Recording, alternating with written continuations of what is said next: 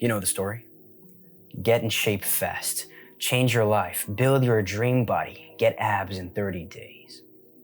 And we eat it up because we want to believe it.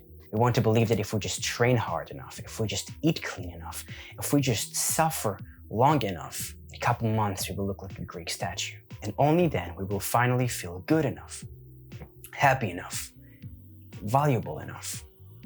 But there's a part they don't talk about, all the ugly things behind the curtains. And social media has made it look so easy. Now don't get me wrong, lifting weights is important.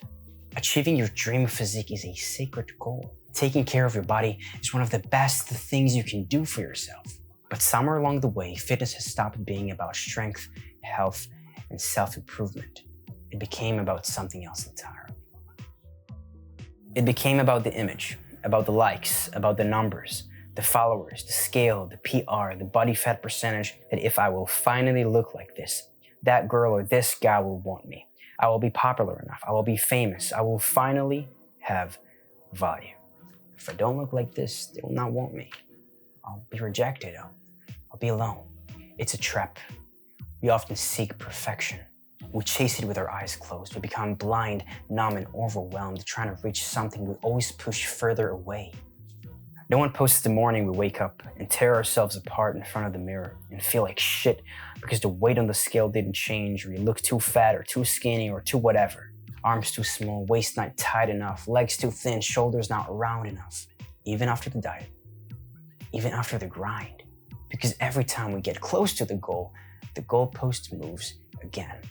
They don't tell you about the anxiety when you miss a workout, the guilt and the shame you feel when you eat something that wasn't on your diet, the social events you cancel, the birthdays you skip, the relationships you starve, because your life revolves around macros and gym sessions, and I don't get to enjoy life. This is just a sacrifice I chose to take. We then glorify our suffering, our misery, our traumas, because we don't want to feel that disappointing feeling of failing our routines, our diets, our plans. And when we finally succeed, when we skip that hanging out with friends, that nice family dinner, that vacation, we then feel so bad that we then multiply the damage we would have avoided trying to comfort ourselves. And then the cycle begins. The world cheers you on while you're drowning. They clap for your discipline. They praise your dedication. They call it inspiring. But inside, you're anxious. You're exhausted. You're obsessed. And here's the part they really don't want you to know.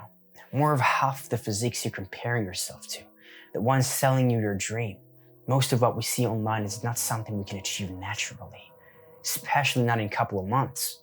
Anabolic steroids, growth hormones, SARMs, fat burners, carefully timed lighting, pumped up blood flow, strategic dehydration, a little oil on the skin, a little Photoshop on the photo. But they won't say a word. There's money on the line. And you keep grinding, chasing perfection, or they're shooting out behind the scenes.